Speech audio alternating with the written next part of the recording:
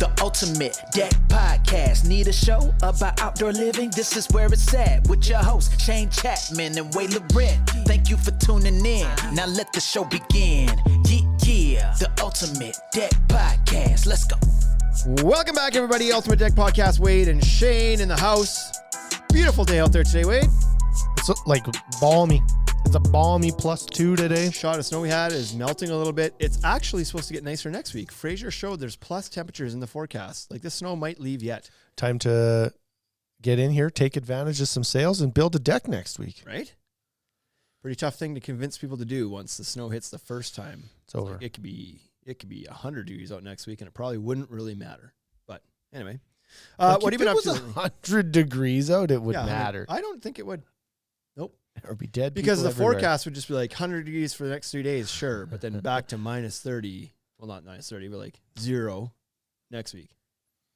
Takes longer than 3 days to go from like not even planning to building a deck to building it and done deck. Yep. For most people. So what have you been up to? Haven't seen you in a while. You're down here in Regina right now. What? Yeah. Didn't you see me Haven't yesterday? you? Well, I did. I mean, like, since we recorded the podcast last week. No, I didn't see you yesterday. Oh, no. You got in here late last night. No. You got late. You were gone yesterday. Tuesday night. Yeah. And I wasn't here either. So even if Yeah. you were here, I wouldn't have seen you. Funeral yesterday. Like, I don't know what I've been up to. Like, I've been spending some time in the Saskatoon store. I've been hanging out at the rink with some kids hockey. Oh, yeah. I Fixed your back since we gotta- talked last. So here is a new event that I've started. Okay. I have started curling. Yeah, that's a That's sign. what happens when you get old. Old age. If you give up on hockey. In I've Saskatchewan? played one hockey game this year, maybe two. Yeah. But I've curled 2 times, 3 times. I've invested. I bought a pair of curling shoes. They have like a Holy smokes. slider on the side. You're all in. Okay. So I was having some back problems, and that would imply that it's gone. It's not gone. I believe that I thought you fixed it. I fixed the worst part of it. So I was doing chiropractor and massage weekly because I was like, this is really bad. I can't tie my shoes and my one leg is numb. I was like, this is a problem. Numb. I have a numb leg. No good. So I went to the chiropractor and he was like, well, you know what? We should get an x-ray. And I said, that sounds great. We need to escalate this. I got an x-ray. Yep. My L4 was out of place. Okay. So then I go curling. Yep. And I was sweeping a rock and I felt it pop back in while I was like sweeping the rock. And I went straight vertical. I was almost certain that I was going to be paralyzed because I felt it click, right? I felt it move. I was like, Like, you didn't fall. You just like I slipped. slipped and like, No, jarred it was yourself. while I was sweeping. I was like, I fully extended. oh, you Like, didn't even slip. No, I didn't even slip. I was like sliding along, sweeping, but then like had extended my arm and all of a sudden was like, boink. And I felt it pop in. And then I panicked and I stood up and was like, oh no, I'm in trouble. But what happened was the sensation came back in my leg immediately. The pain was gone immediately. I was like, this is amazing. So then continued on. Crazy. Okay. And this is where the story ends for me. That's the last update I got. People have been asking me like at hockey, like, Wade's still messed up. I'm like, no, Good. this story. Let me tell you. So then I went and met the chiropractor. We got the x-rays back. Okay. I have a very funny sacrum. So wait, he diagnosed that your L4 and L whatever were Just out L4 was out. before x-rays. Just feeling Sideways. around. Yeah. He was like, something's wrong here. Okay. This is not right. So then we get the x-ray and L4 is out. And then he Confirmed. told me that I needed to do core exercises. Out. And I Done. was like, Put me to sleep, isn't doc. there a surgery that we can do instead? Can't we do spinal surgery of some kind instead? Yeah. As opposed to core exercise? I'm not doing that. I'll take the super invasive risky surgery as opposed to doing some sit-ups. No, thank you. Yeah. Yeah. So anyways, what the x-ray shows is that I have a sacrum. As do you you. should. Yeah. Mine's there. Yeah. This is great news. Still there. What happens is apparently when you're born, your sacrum is multiple lumbars. It's so like what happens is you kind of have like a L5, but when you're born, you have like L6, L7, and L8, and then Fuse. 6, 7, and 8 fuse. Okay. Mm, Yours didn't fuse? not always. Just the top one didn't. So 7 and 8 joined, 6 independent. So you have you have a real tail. I have a real tail. The rest of us evolved to no tail. Yeah. You have a real tail. And I'll show people. You ask me, I'll show you. So anyways, he was like, that probably won't be a big deal. Like, it'll be fine.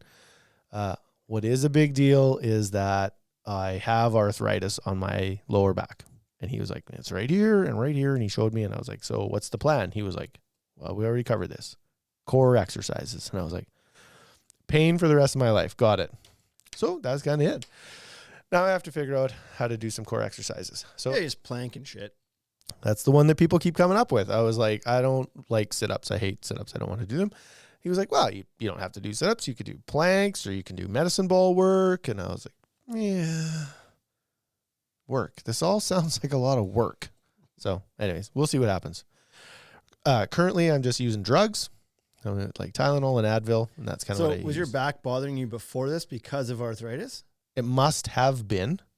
Like, my back is always sore. I'm Right. always in a state of like, I've probably got arthritis too and just don't know it. what's your pain? Like what's your level of pain right now at a scale of 10? If anybody asked me that, I would be like 2 to 3. Like, always there. There's always some level of pain. Right. But when I go to the chiropractor and the massage therapist weekly, I'm operating at likely an 8 or a 9. Like I have to really prepare myself to put my socks on. I have to like stretch and then do some deep breathing and then hold my breath and then like throw my body forward and be like, oh, and just like, When your back was buggered up, like during the pre-curling fix, you're saying it was 8 or 9. yes. And now to Not put my anymore. socks on, I'm like a 6. It still hurts a lot. To bend over. Yep. And so I do like left leg, no problem. Like socks go on my left leg, no problem. Boom. Right leg, lots of problems. Still not perfect over there. And they're like, They won't do the invasive surgery that I've asked for. and They you're holding out on the core exercises. they So need it's me just- to start doing some exercises, and I'm like, I'd like to negotiate this. what about Like, morphine? it's your body, dude. I don't give a shit. That's exactly- if you And so do that's these or not. Dr. Tim, my chiro guy, was like, well, I've done my part. And I was like, yeah, but it's like, really, you can lead a horse to water. I feel like that's what you've done. So So what's doing core exercises supposed to do for apparently it just Uh, strengthens everything. arthritis? And then and then your back doesn't have as much fatigue because your stomach is holding it all in place. Like, I wonder if anybody else in the world knows about these things. Everybody does, apparently. It's just like brand new news to me. It's Like, not even brand new news to me. You I should already tell knew the this. world. Other people probably aren't aware of this whole like taking care of their body type thing. This is You know who does? Scott Kelly is taking care of his body right now. Mm, You see that guy? Now he does.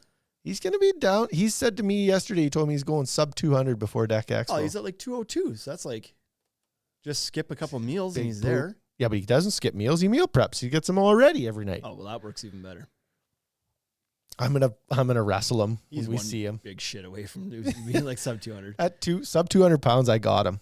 I would take him. Think so? Yeah. No, I don't think so. But if I got on top of him, he couldn't get me off. It'd be like 220. Well, I mean, wrestle him down, and it'd be over. He'd be in a big old chokehold.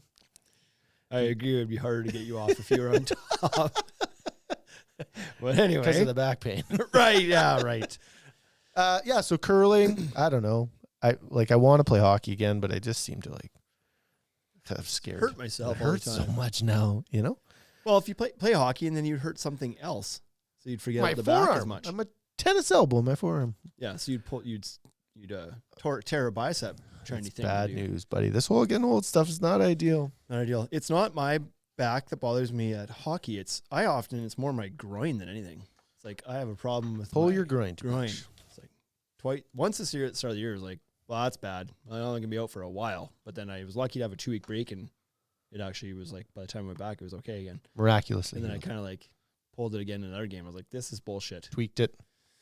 But I play on 2 different teams, and each team has had a guy that's tore a bicep this year, and then you knew a guy a couple of years ago that tore a bicep. It's the all grossest thing. all three of them reported the exact same thing. Felt an initial burn of something. I think Kurt, maybe you told me this or not, but Yeah. if not, like the other 2 guys first 2 were like, yeah, I felt like something kind of like burned like in my elbow, my bicep. I wasn't really sure. And then later I did a poke check and fucking boom, like bicep rolled up on me. And so we were talking about 3 for 3 on poke checks. Yeah. Is a true story. on the the warning burn, and then a poke check to Yep. go. So in the dressing room last week, it's like, listen, if you feel a burn at the bottom of your bicep and your elbow at Leave. hockey, stop there. Leave the game. Yeah. Go drink beer. Because the next step, torn bicep. The last guy that did it was a 30% tear. So his didn't roll up his arm, but he's out for Do you 6 to 8 think weeks. that's better or worse? That's we were talking about that too. It's like, is that I one of think those it's ones way where worse. it's like worse because they don't go in, they can't do a surgery on that. Right. If they tear it, they go back in, they reattach it, and then it heals up and you're good to go. With the other one, you just have to stay immobile for 6 to 8 weeks. Right, but you have 30% tears. So what happened? Like the other 70%'s like, oh, we got it. We'll go back down there. Yeah, I mean, I don't know. They don't how go that back down there. part works. Maybe you just lose And the- 30% strength too. Right, and the other, it's like that. It's just not reattaching. Like stuff you ripped off isn't going back now. Yeah, It's I don't know gone. what happens. Like I don't know what that even means. Like 30% tear. Does that mean like 30% of the fibers detached? Is that what that means? Sure, does that's it what mean, I like, think. Or does it mean like it's stretched and lost 30% of its elasticity or something? Like I don't know No what that chance. actually means. That what has to have happened is the rope got held out and 30% of it is frayed and gone back. Yeah, And so they're that's still like fairly gross. Right, but what I'm saying is like nobody's fixing that. Right. The rope's not going back together. Yeah. You need that whole thing to come off. You need it to roll up in your arm. Yeah. The guy Wow. that happened to, the most recent guy even said, he's like, then I did the poke check and I felt it like something like pop. Bonk. And he's like, and then I just got like sick to my stomach. I was like, I immediately was like, like, didn't know what it was, but it's like made me sick. Yeah. My body was like, That's- puke. Yeah. How is that the reaction? Your arm's sore. Puke. Yeah. Yeah. Thanks, I don't Brian. know, but it is what it is. So, You? How are you? What's going on? not much. I was The going to get to boys. the topics. I was like, we're a ways in here. Not much. cares? The kids are like, they're well into hockey. So I got one kid doing two ice times on the weekend and one doing one ice time on the weekend. And then they were both trying karate on Monday nights. Oh, you got a couple of ninjas there. Hey? Yeah, they were both As if you need to train those two to fight more. Yeah, no, no. But maybe to fight safer. I don't know. Maybe. But Casey's not really taking to the karate. Avery Moore is. He's still going. Casey's like, I don't want to do this anymore. And Casey seems like a sweeter dude. Like he wouldn't want to actually fight. he's getting to that stage now though, where he's being a little jerk at home too. Like Avery beat that into him. He had like that's Probably. a self-defense He's mechanism. taken it for a while now. He's starting to give it back. He's getting a little bit bigger. Yeah. So that, and then I'm playing more hockey than I ever have before too. We have a bit of a break right now, but yeah, home is just chaos. So hockey's my peaceful time. How's your new furniture? Good, great, love it. Got a new cat. Boy, a lot's happened lately. Cat, furniture, not a good combo, but Yeah, you should have got the cat. never. You should have got the cat Practicing on the old furniture. shot. Yeah. Yeah. Spade. Yeah. My dad used to call it spade. So he used to, like, we had a cat when we were growing up, like as kids, and it would have a litter like every year, twice a Yeah. year. It was always, there was so many kittens around when we Yeah. were growing up. This one is a kitten. And dad The only one. used to spade the cats, which meant he would hit them over the head with the spade shovel. Jesus. And so, anyways, Yeah, so she I didn't learn that until much later in life what that meant. Yeah, I It bet. was like, oh, Dad, that was actually pretty bad. You shouldn't have done that. Yeah. There was probably a better way. Should've You could have just just given given them us away. Yeah. Yeah, we got this cat from it was a kitten on my in-laws farm. It was a barn cat, and the mother had kind of like abandoned these kittens, so they were getting Go kinda get your own scrawny and mice. not doing so well. So I think there was 3 of them. 2 of them went to the neighboring farm. They're like, we could use cats, and they take really good care of them. So 2 of them went there, and then this one was like super cute little thing, and so it ended up in the house, which was kind of their rule before. It was like the cats don't come in the house. Like the barn cats stay outside because we don't want them ever getting too like homey around here. Yeah, they're mousers, man. On a farm, you Yeah. have to have mousers. Exactly. And so this one was too cute, I guess, and they brought it in the house, and there was like, well, now somebody's taking it. So it was actually destined to go to Prince Albert. That's My where it should have went. brother-in-law had a friend or somebody that was like, we'll take it. Then we went down there for a weekend. The kids fell in love with it. And my wife was like, well, maybe we should just bring it home for 2 weeks. I was like, come on. Like, you don't even believe what you're saying right now. That cat's not coming home for 2 weeks and then coming back here. You know damn well. Well, no. Like, if the kids are, no. You know damn that well. cat comes home, it's staying home. We all know this. Why are we pretending it's Yeah, not? Sorry, yeah. it's that happened. But yeah, it's a pretty cute cat. So It likes your I new guess furniture. You got it litter trained yet? It's getting better. It's getting better. It was having some issues, but we went and got it like Dewormers. dewormed and ear mites taken care of. And Isn't that the now it's grossest thing? The deworming situation. Well, I don't know that it actually had worms. Like nothing ever Oh. came out of it, but they gave it the shot of, or like the medicine. Whatever. medicine just for drink it. it. Don't they just eat it? It's just like yeah, it was in a like a syringe? some pasty stuff in a syringe. Yeah. Shot it in her mouth, and it was like that was the end of it. There's no worms that came out or anything. So okay. So I did that when she definitely had ear mites though. yeah. So that's over now too. So What's now that she's look like?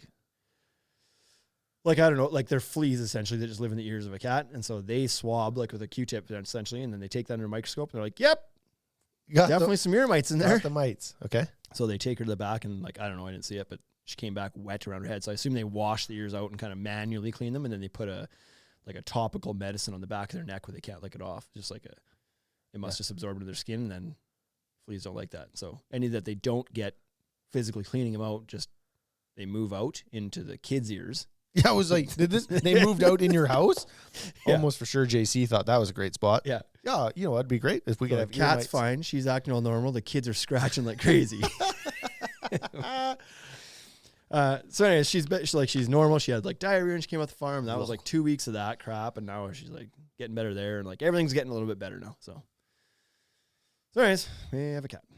Worms are the worst. We picked up a dog off the farm years ago. Max, when we got him. Yeah. And we gave him the dewormer, and that was like he was full.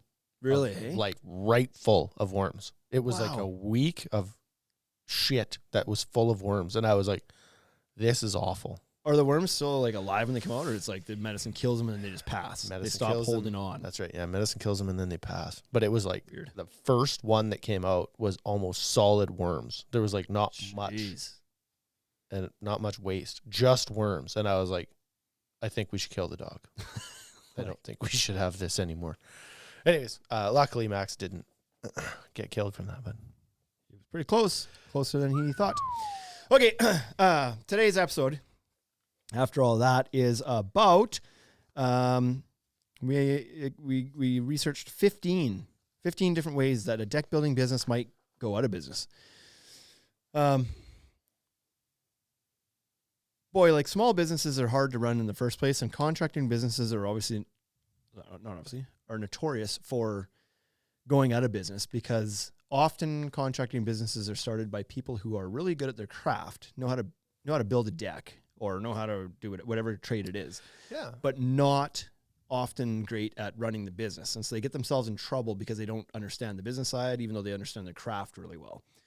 And so this topic today, we were just kind of like, we've never really talked about this before. It's like what to watch out for, what to make sure you're good at. Cause like often it's neglect. It's like, I didn't know I was supposed to be doing that, or I wasn't paying enough attention to that and it got away from me.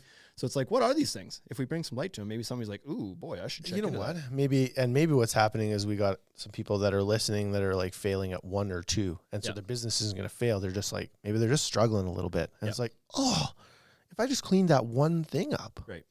It's kind of I dragging could me be down. loaded.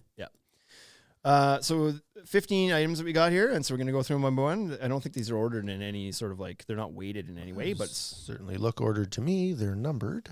well, I mean, it's a numbered list, but I don't think it's like I don't think number one is the most common way people go to business. Boy, reading certainly that could be, list, I'd have to guess that's probably it, though. Okay, well, maybe it is. So number one is poor workmanship and quality control. This one's obviously a doozy. But if you don't do good work, you're probably not going to last very long. Number you one. can only get away with that for so long. Yeah, you can only hide that for a little bit. You know? So many businesses talk about how they don't market themselves, which I'm sure that's going to come up here at some point, but they don't market themselves because they get so much word of mouth and referrals. But if you do poor workmanship, that ends there. So like you can't rely on that whatsoever. And for many contractors, that's their biggest source of additional work is referrals and word of mouth. Yep. So make sure you know what you're doing. So if you can't run the business and you can't do the craft, you're in a lot of trouble. Dissatisfied customers, negative reviews, bad reputation, ultimate loss in business. So not a good one. Make sure you are good at what you do before you decide to do it for a living. Number two, underpricing services. This one I believe would be like, this one gets a lot of guys and gals. A lot of Unfortunately, good it's because they craftspeople don't too. even know what their pricing should be. Right. How many of those, you know what I could do is I could get everybody in those Facebook groups that we're a part of, those like deck builders and the 101 framing and all these like different elite deck builder, blah, blah, blah, all those things. Yeah. If everybody in the group gave me $1 for every time somebody was like, hey, quoting a deck, how much do you guys charge for this? Yeah. I wouldn't have to work. Yeah. Because there's hundreds of thousands of people, and at least once a day, somebody doesn't know what to price things at. Yep. And it's like, how can you ask that question of somebody who's not even in your business? They don't know what your business costs. Right. It's the silliest thing. Yep. So we just talked about this. Was it last episode? I think, or the one before? I think it was last one where we talked about like what's in that $90. They all run An hour. together, really. Yeah. Oh yeah, yeah. Well, what's in yeah. that $90 an hour? And it's like, if you don't understand what's in that $90 an hour, then you're probably underpricing your services. So for a lot of guys, like what all they think about is what do I want to make per hour? It's like, well, if I make $30 an hour, I'm happy. So then they charge $30 an hour, or what the equivalent of $30 an hour. Or sometimes they're even like 60. I'll just double it. Yeah. Or they That's might not round enough it either. or top it up or something to whatever, but they don't have a good understanding of everything that goes into their business. So if you don't make sure you're including all your labor costs and your, like, obviously there's materials to account for, but your overhead is the one that's, I feel like, is the Overhead. hardest one for people to figure out. They don't know. They don't know how to like take all of their expenses in a year and break it down to an hourly like rate, I guess, of sorts, to make sure that they're charging enough hourly to cover all those extra overhead things. Yeah. It's like they don't even know how to take like, oh, my business license is $300 a year. How do I account for that in whatever? Like they don't even want to do that math or know how to do that math. So underpricing is for sure it. And so, and a lot of people are guilty of this because they think that they need to lower the price to win jobs. And they do so foolishly, not knowing, like maybe they even on paper were like, I'm going to charge this much.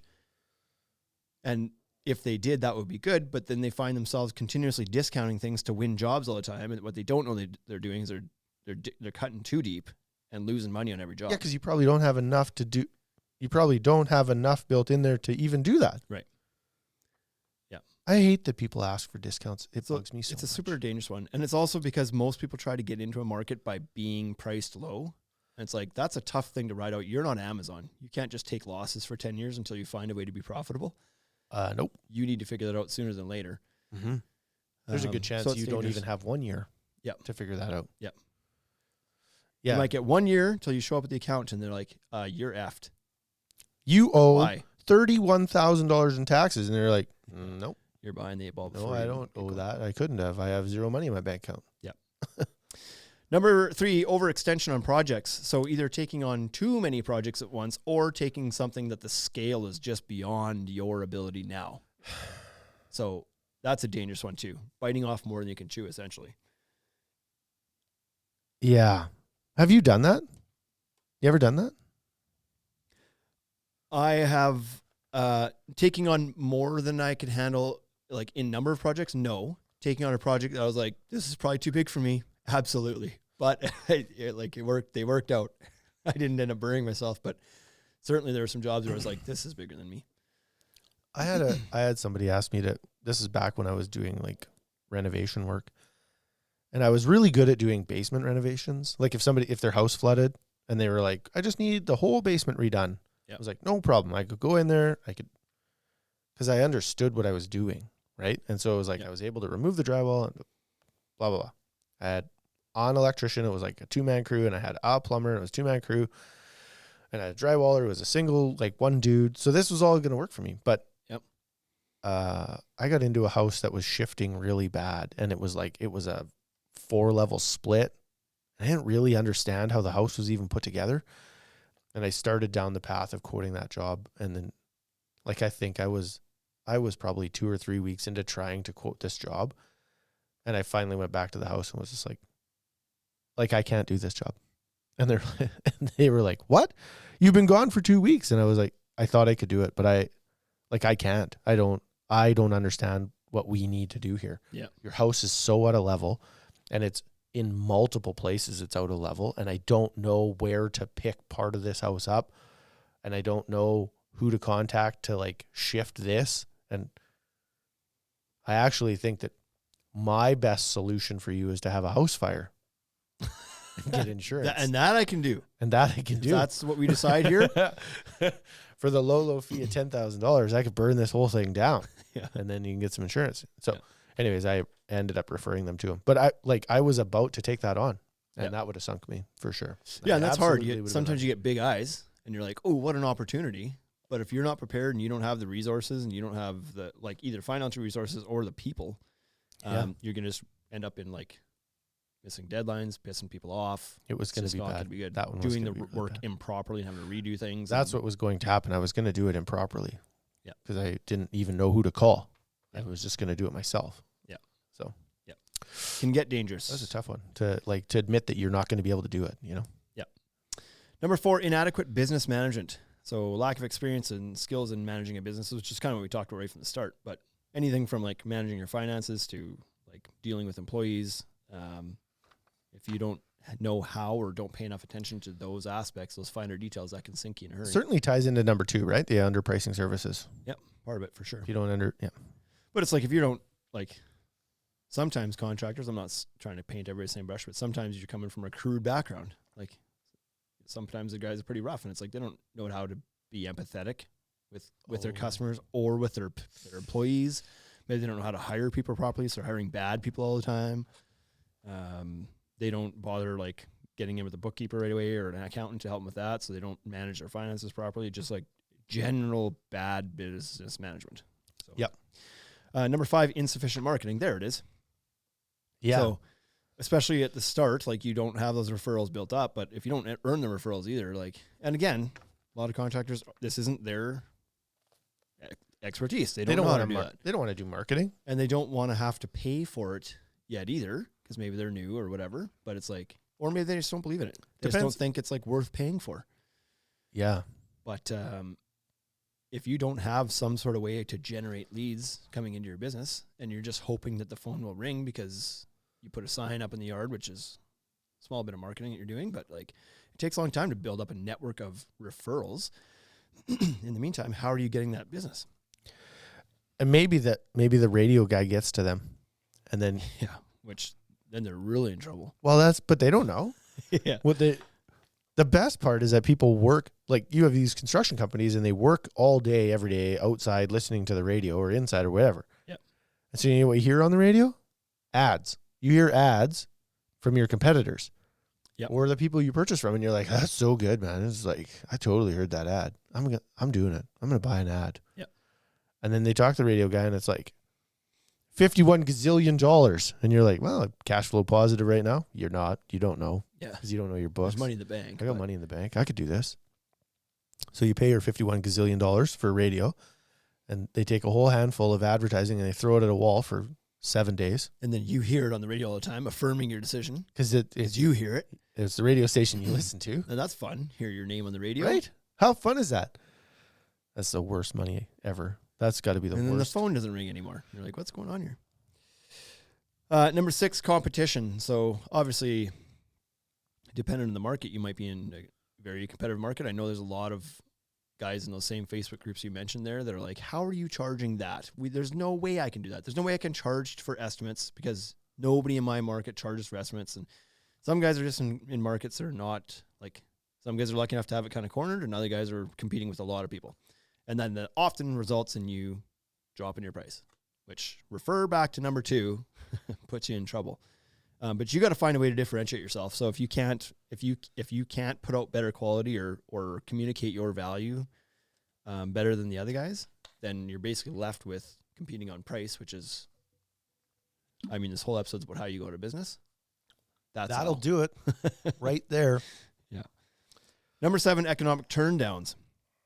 So this is a hot topic right now. Like I think the U.S. is officially in a recession. Canada is like, I don't know, it's felt awful for years. I don't know that we're officially in it yet, but regardless, the economy, well, I mean, look at COVID. What do you mean you don't know if we're in it? How could you think we're not in it? Interest rates are climbing. Nobody's lending us money anymore. Yeah. We're not allowed to trade with anyone. So sometimes there's an an economic reason that the phone stops ringing. It's absolutely, people are going through that right now. It's like not just deck builders, but like you hear a lot of small businesses been like, is anybody else? Like normally this time of year our phone's ringing off the hook, and it's like not right now. And everybody else is like, yep, like here it is. This is what we've been waiting for. Some of this stuff is impossible to, like, it's impossible for you to affect the change on this. Yeah. But this goes back to like competition and marketing. So in an economic downturn, that there are people that are going out of business, but there are still people that are insulated from an economic downturn. Basically, government employees will always kind of get paid. They will they'll always kind of have money. And so some of those people will continue to renovate their home. Yeah. Decks or windows or whatever it is. Or maybe you need to maybe you don't do decks for a while. You're a carpenter, you know how to build things. So maybe you got to branch out and do some windows and doors for a bit just to help, you know? So there's certainly if you're one of the good ones, like if you run a good tight ship and you do good work and you have a good brand, good name, everything else, you're fine through these moments in time because you're still going to get hired by those people you just mentioned that still have income in. Like nothing ever stops at zero. It doesn't grind to zero. Doesn't go to zero. It just gets harder to stand out. Right.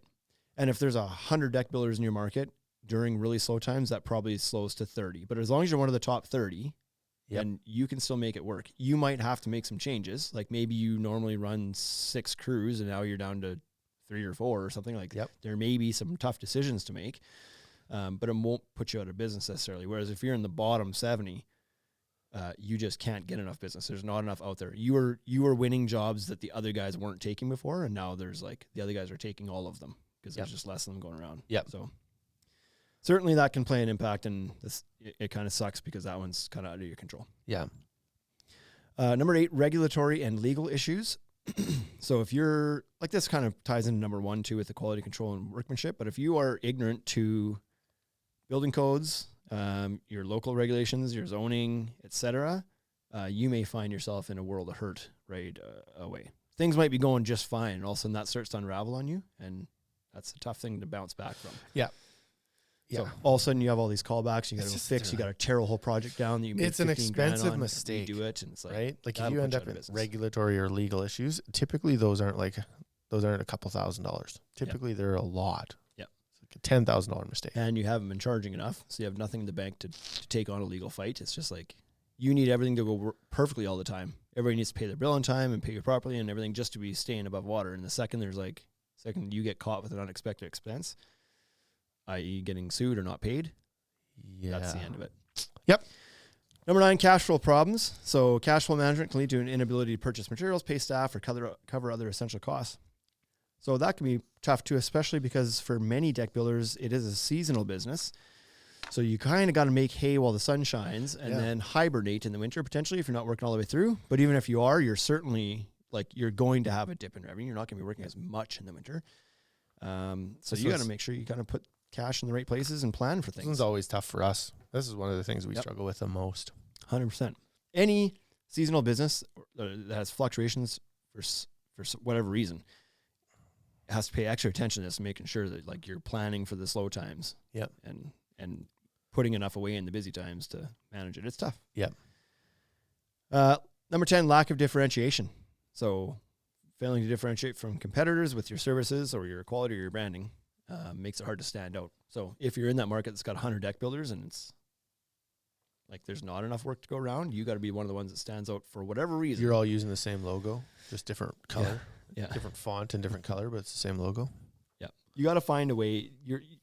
When people ask me, what do you do? Well, I build decks. It's like, well, you all build decks, but why should I hire you over somebody else? If you can't answer that, if you don't have that thing, it makes it pretty tough. Well, because I'm really good at it. In a competitive market. I've got great workmanship. Yeah. And I know my worth. Could be your thing. Great workmanship. Failure to adapt is number 11. So if you don't stay on top of trends in the industry, products that are coming out, you may, this one's more of a slow death, I think, but you may slowly fall behind. So your competitors are out there and they're offering the latest and greatest in new framing options or something, or new design trends, or new spaces to build, whatever it is. You may just slowly fall out of favor with customers, your clients. You're pitching one thing. Your competitors are pitching something that's like Fun. new shiny object. They're likely to get picked more than you. So Well, here's this deck. I just always run the boards to the edge and then cut them off. Yeah. Well, this other guy told me you could put a picture frame around it. But I mean, a great example of this is guys who just refuse to build composite decks. They're like, no, I like wood and I've always been a wood guy. Okay, that's okay. You can be a wood guy, but you're going to lose a lot of jobs to people who are moving towards maintenance-free lifestyles. Like, that's all there is to it. And that's not even to say you can't do that. You can still run. That doesn't mean you're going out of business, but Yep. you need to find your niche and what differentiates you to go back to number 10. Yep. Like, I build wood decks, but you better build it better than the other guys too then. Yep. If you're going to refuse to take on some customers and focus down to that tight of a niche. Yeah. You know where you could fix that? You could go to Deck Expo. Right. Then you would know about all of the new trends. There you go. That's See like, you there. You know, that's in like, what's today? November what? First? Second? 10 days we leave for that. You know that? Totally prepared. Totally I like- prepared. I was sitting here with Dana the other day, our bookkeeper. I think it was with Dana. Somebody, and she's like, oh, and you guys, like, you're gone here right away. I was like, gone where? She's like, aren't you guys going to like Vegas or something? I was like, oh yeah, shit. Right, yeah. Yeah, in a week and a half. Yeah. We were putting that on the calendar on Sunday. Rhonda and I were laying that out on the calendar, and she was like, "Oh, right." And then she draws a line through. It's like, "You're going to Vegas here," and I was just like, "Holy Right. shit, that's in 2 weeks. There's no way I'm going to be ready for that." Yeah. And she was like, "Ready for what?" I was like, "Well, my to-do list is more than 2 weeks long, and Yeah. we got 2 weeks of putting stuff on the list." Yeah. I'm like, I don't know how this is going to happen. It has snuck up on us. Anyways, I can't wait. Number 12, poor customer service. This one's pretty obvious too, but like, you can build a really nice deck, but if you are a nightmare to deal with in the you're a deck, process, If you're a deck the whole time, if you're a big deck, you're likely not going to get too far either. Now, just like there's the word of certainly mouth. some living proof of the to the contrary of this. Like, there's some guys in the industry that I look at and be like, how does anybody hire that person. hire you? Like, you are such an a-hole. But You gonna name names? do good or work. No, I'm not going to name names, but everybody can speculate. But there's just some people who's like, you are so like, just like in your face about things. Like, how, maybe they're not like that with You know what their though? Like, customers. it might not be with their customers. It Yeah. might be with their competitors. And so, like, Maybe. yeah, I don't know. Also, it's like provides a way to stand out. Customer service is one of the hardest things to actually get right, I believe, because the tactics you use on one customer don't work on another. Because what's happening is you're working with personalities, and so, like, I don't know. Some people want controversial, and some people want to be cuddled, and it's just like, this is awful. Yeah. You need a psych degree. But also, like, They don't contractors work are kind of notoriously bad for this sometimes. Like, no, they didn't answer the phone. I emailed for a quote 3 times. They never got back to me. They were supposed to be here at 2:00 on Friday, and they never showed up. No phone call, no nothing. Like, everybody's got stories of this. And so the ones that can, and it's a fairly simple thing, but the ones that do pay attention to this and do that, they get a boost in their, like, customers, whatever, mental rating Yeah. just by doing the basics. Just show up is all you have to do. And to those people like that are like, well, yeah, obviously it's like, yeah, but you get a big boost in that because a lot of guys don't just show up. Answer your phone. Yep. Then Do what you say you're gonna do. Show up. Yeah. Deliver the quote when you said you're going to do it. Yeah. Stick to the schedule. Still Communicate. Oh, man. So what's one of those things? I'm not saying it's easy. It's just simple. It's just like simple things. It's hard to do It's hard to do. because you're busy. Yep. But it's simple little things. Number 13, depending on a single revenue stream. Relying on deck building alone without diversifying services can be risky if demand for decks decreases. So this is to your point there. Like, some guys are working in super seasonal markets like ours. Some guys do try to do the deck thing all year round. Others, it's pretty common to take on basement projects in the winter or something. So if you can't make a go of it, if you can't make enough money during the 8 to 9 month building season to carry you through those other 2 months, you're gonna have to diversify a little bit. Yep. If Yeah. you don't, That's it. you're going out of business. Number 14, lack of planning. So this is all kind of starting to tie itself together here a little bit now, but It took a while. cash flow planning, like we said, employee planning. There's lots of different planning aspects. This one's a bit of a catch-all, but planning for those slow periods, whether you do have to work through it or if you have tucked enough cash away, whether you've decide to charge right amount, Yeah. whether you're doing any marketing, like all that comes in. Like the this could be planning even part, just but- planning out a job. Sure. Like if you don't plan your jobs out properly, you end up in a bunch of caca. Yeah, all of a sudden the job's taking twice as long because, I didn't realize that there was a tree located where this deck is going. Yeah. Or look, there's buried lines. I probably should have got those marked. And then you back up the next customer, and then they're mad because you didn't show up, and you're not doing what you said you were going to do, and then yeah. Anyways, And you don't plan to spend a certain amount of hours a week putting your books together and your receipts and like man, I'm keeping telling things you, in this check. is why planning is everything. I've been saying this Planning for is ever. There's got to be a button for that somewhere. I don't isn't think there? so. I think it's a different one. And finally, number 15, This is the worst. inadequate insurance and bonds. So, if everything goes smoothly, then good deal. You don't ever have to worry about this. But if something goes wrong and you're not covered, you're not insured, it's just over right then and there. So something catastrophic happens on your job site and you don't have insurance to cover it, and it's like, I know you're actually liable for the $120,000 of damages that happened because the deck detached from the house and fell on the ground, and in the process smashed 3 vehicles and somebody was injured, and so there's a lawsuit coming. And Yeah, if somebody gets injured, that's a real bad. and your employee cuts his thumb off and That's all not that that bad. shit. That happens. Like there's lots That'll of things happen. that can go wrong. Insurance is going to cover some of them, not going to cover some other things. What I think But- probably one of the biggest takeaways from that is to be like, go sit down with your insurance provider and give them a really good description of what you do. Yeah. And just be like, I don't know this just as much as you don't know how to build a deck. So like, you got to be on my team here. You have to help me. What do I need to be protected from? Right. Even in the States here, it's like your own personal health insurance.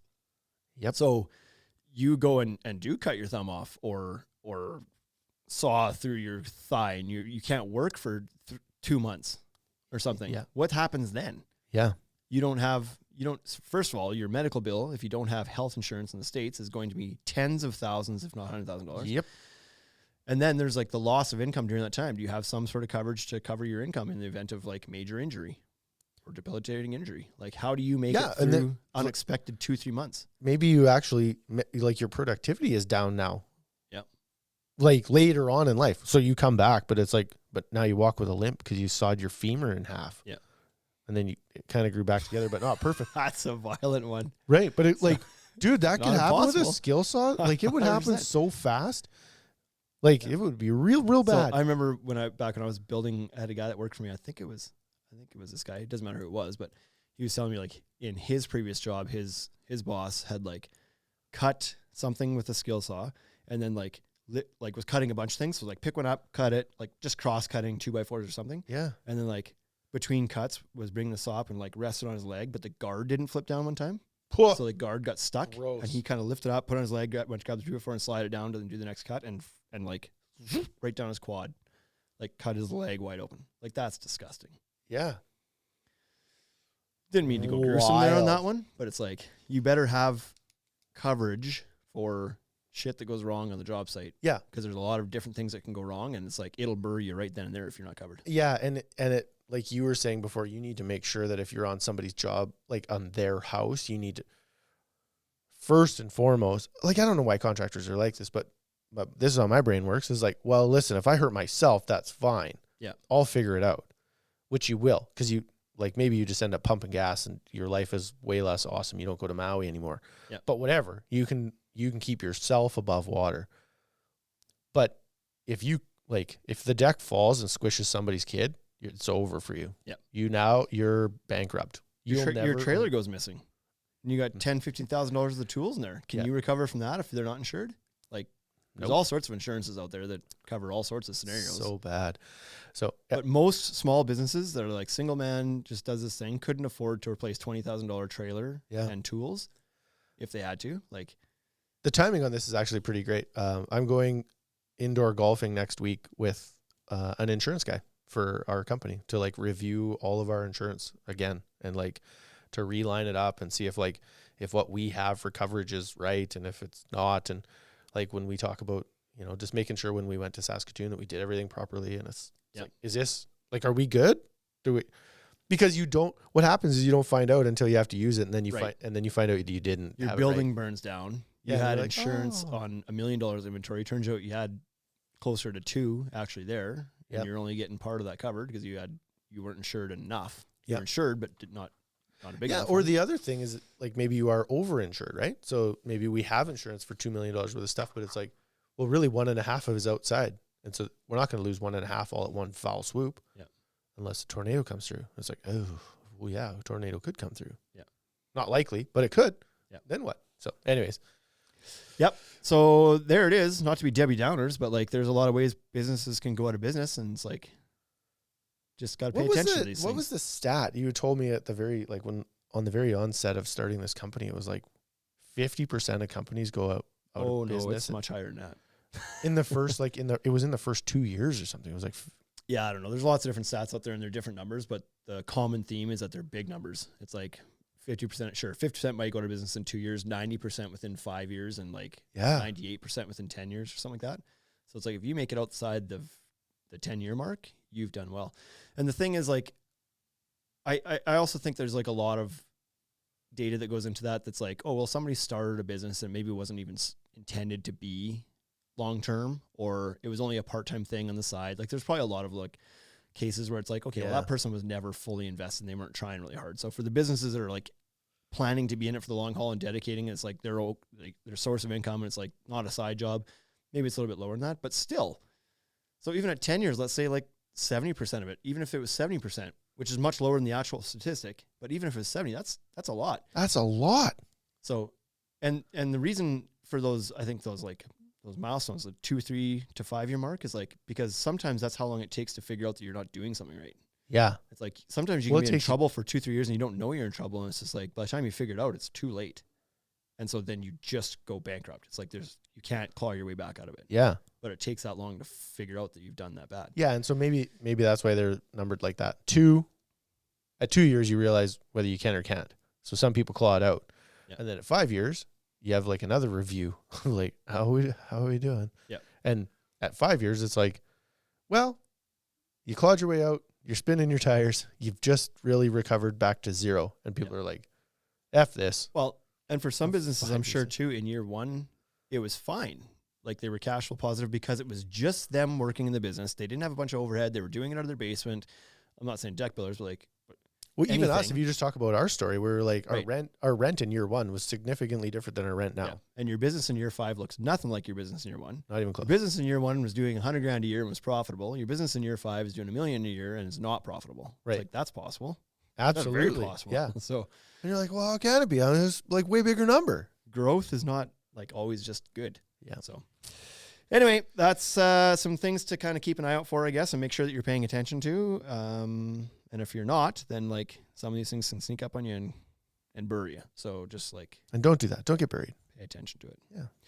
By the time this episode airs, it'll be only about a week away from Deck Expo. So we'll see you down there soon if you're planning on being there. If you're not, you're making a big mistake and you'll probably go out of business. So Oh, bold see you next statement. week. Hey, thank you for listening to the Ultimate Deck Podcast. Now you know what we're about. Check the site, come and shop. UltimateDeckShop.com. Hit us right away for sponsorships or tell us if you want to collaborate. Let's go. Check us out on any social networks. Thank you for listening.